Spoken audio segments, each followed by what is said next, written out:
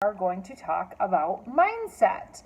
So, as much as this journey is going to be about changing habits and things in your daily routine, um, more so than that, it is going to be about your mindset around what you're trying to achieve, really wrapping your brain around that.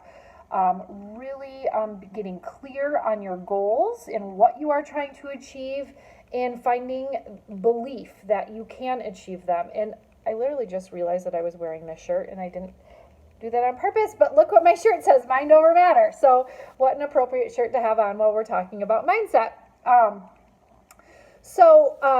The reason that I want to talk about mindset is because I feel like anytime someone sets out to achieve any sort of goal, to change anything in their life, it's one of the biggest things that people miss. They can get really caught up in the how to and not focus at all on this, on our minds and our brains, and really wrapping our minds around and changing our mindset in things.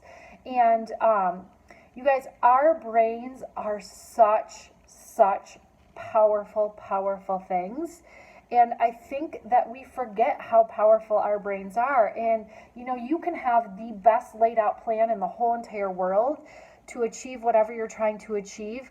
But if you in your mind are constantly telling yourself that you're not going to achieve it, or sending messages that you can't achieve it, or that you don't deserve to achieve something, it does not matter how well laid out that plan is, you are going to find a way to self-sabotage. And I see this so often, and it's not that they're doing something wrong, it's this, that they just can't get their brain in the right place. So let's talk about how to do that and what we're going to do. So before you begin anything, before you begin a journey, you have to know what your destination is, right? If you just get in the car and start driving wherever, you're not going to end up anywhere, right? You have to know where you want to arrive. So get really clear on your goal and what you're looking to achieve. And not just, it's funny when I say to people, all right, what's your goal? And they're like, well, I want to feel better, or I want to lose weight, or I want to get healthier. And it's like, okay, well, what does that mean to you? Like, you want to feel better. I mean, I could drink a glass of water and feel more hydrated and felt better, and then I've kind of arrived, right? But I know you want to do more than that. So what does that mean to you to feel better? Are there aches and pains that you're looking to get rid of? Are there health challenges that you're having that you're looking to get rid of? If you want to lose weight, how much weight do you want to lose? Is there a certain pair of pants that you have in your closet that you're just dying to fit into? If it's that I want to improve my athletic performance. Okay, well, what are you looking to exactly achieve? If you go and run a minute further tomorrow than you ran today, you've improved your athletic performance. But is there a certain event that you're looking to do? Or is there, get really crystal clear. And not just in that, but tie it to an emotion. So when I'm talking to people, I'm always asking them more and more questions to get deeper. And this can take a while. Ask yourself these questions until you really find an emotional connection to it. So, if you want to lose weight, why do you want to lose weight? Well, because I want to feel better. Okay. Why do you want to feel better? Well, how is that going to change your life? What is that going to do for you? How is that going to change your relationship with people? Ask yourself these questions. Figure out really why is it. And when you get down to it, a lot of people have a very emotional connection to why they want to achieve something. Maybe it's because deep rooted in there, they feel like not having their best health is sacrificing their marriage or their relationship with someone. Maybe it's hurting their performance at their job or what they do for a living. Maybe you have always had this desire to run a race or do something athletically, and that's just been something that's just really been on your mind for so many years. How are you going to feel if you achieve that? Get really crystal clear on your goal. And then once you get really crystal clear on your goal, write it down. Did you know that if you write a goal down, write it down on a piece of paper, you are 95% more likely to achieve it just by writing it down? I mean, How simple is that? So I'm sitting at my desk right now. I have in front of me goals written out that are like on little sticky notes. It doesn't have to be fancy. I just take sticky notes when I have a goal, and it's in front of me so that it is in the forefront of my mind. Like I said, your brain is so powerful. If there is something on the forefront of your mind all of the time, then everything you do during the day is going to set you up to work towards that. If you're not thinking about something, you're not going to be doing it. But if it's on the forefront of your mind, if you have that goal written down in very visual places that you see throughout the day, as you're making decisions subconsciously, you will be making decisions that will set you up to be achieving that.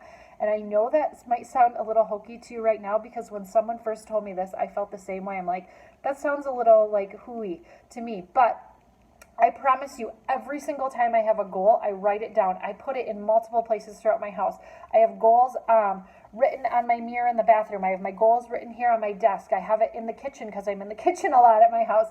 And I have visual things that help remind me of those goals as well. And that just helps it to be on the forefront of my mind. So as I'm moving throughout my day and making decisions, I am making decisions that will help propel me towards that goal, because it reminds me what my goals are and why I want to achieve them. Tell somebody about your goal. You know, if you are married, tell your spouse what your goal is. Let them know so that they can help support you. Sometimes we need a little bit of help and support. Sometimes, like more often than not, we need a little bit of support from those people around us. Like we need someone to be like, remember your goal? And just give us those little reminders. So tell whoever it is, you know, if you're married, tell your family, tell your spouse. If you're not married, tell your closest friends, tell your coworkers. Let them know what you're trying to achieve, so that they can, you know, help support you along the way.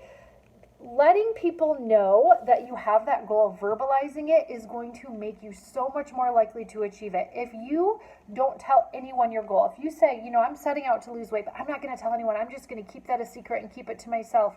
You know what? When it gets hard, and I guarantee you, making change there's always resistance in change, right? Always. Anytime we set out to achieve something, we tell the universe we want something, the universe is going to ask us how bad we want it.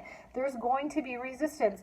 When that resistance comes, if you haven't told anybody, it's going to be awfully easy to just, well, this is hard, and you can throw in the towel. But if you've told someone and it gets hard, and then the next day at work, you know, your coworker's like, hey, how's that weight loss thing that you're doing going? You know, if you don't want to answer, well, I quit, like you're going to be that much more likely to keep going because you don't want to be the one that quit. So tell someone, maybe find an accountability partner. It doesn't have to necessarily mean that that person is doing it with you, though that is really helpful. Just say, hey, will you be my person that checks in on me every couple of days? Just ask me how it's going, you know, be that person. You're going to be a lot less likely to quit if you know someone's going to be checking in on you. I always tell people, when my kids were little babies, I used to go and run at 5 a.m. And so many people are like, how did you run at 5 a.m.? And I say, I found a friend. And I knew, you know, the one thing that got me out of bed at 4:30 a.m. to go on those runs all the time was because I knew she was going to be waiting at the end of my driveway, and I didn't want to let her down. I didn't want her to get out of bed to run by herself, because we like made that little pact with each other. Like, we're going to get up and we're going to hold each other accountable. And it was just finding one person and doing that, and that got me out of bed and off on a run every single morning for like 3 years. You know, when my kids were babies, that's what I had to do to get my runs in. And so, you know, I found that accountability person. And just knowing that I didn't want to it was like really easy to let myself down, but I didn't want to let her down. And isn't that sad that we'll let ourselves down before we'll let someone else down? But if that's what it takes, then do that.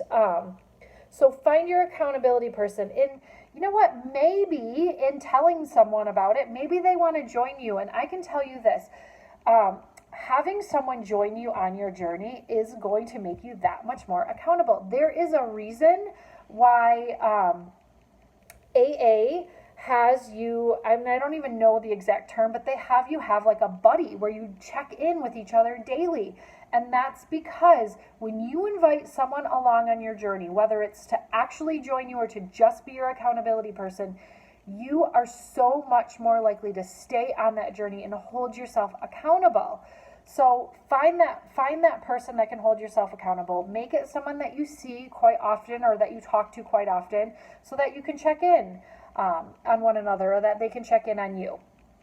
The next thing, stop getting caught up in the how and just get going. I think so often when people decide they want to do something, they can take forever laying out a perfect plan, right? And like getting the perfect steps in place, and okay, I'm going to do this, and they can spend forever in the how and never get to the do. Okay, the how is not going to achieve your goal. The do is what's going to achieve your goal. So, I mean, even if you're just like, today I'm just going to drink my water and I'm just going to make sure I get water in my body. Okay, fine. Take that first step. Today I'm just going to, so it's just small baby steps every single day. Today I'm going to just focus on healthy snacks. My snacks are going to be healthy. Okay, do that. Today I'm going to focus on just taking a 10-minute walk. Whatever it is, small, tiny, daily steps lead up to really big changes over time. So do not get caught up in having this perfect plan in place or having to see that whole entire staircase before you take that first step. That's not as important. What's important is that you take the first step, because you're never going to get to the top of that staircase if you don't take those tiny steps along the way. So just stop getting caught up in all of the how to doing it and just do. Just get started. You can figure it out as you go. Visualize yourself achieving your goal. Know that you can do it, and visualize, what is it going to look like? What is it going to feel like? This is something very powerful that I go through with a mentor of mine anytime I set a goal, and she asks me questions, like really questions that are tied to our senses and our feelings. She'll say to me, when you achieve your goal, how is that going to feel? Where are you going to be? What's it going to look like? What are you going to do? How are you going to feel about that? So you just really visualize what it's going to be like once you've achieved that goal.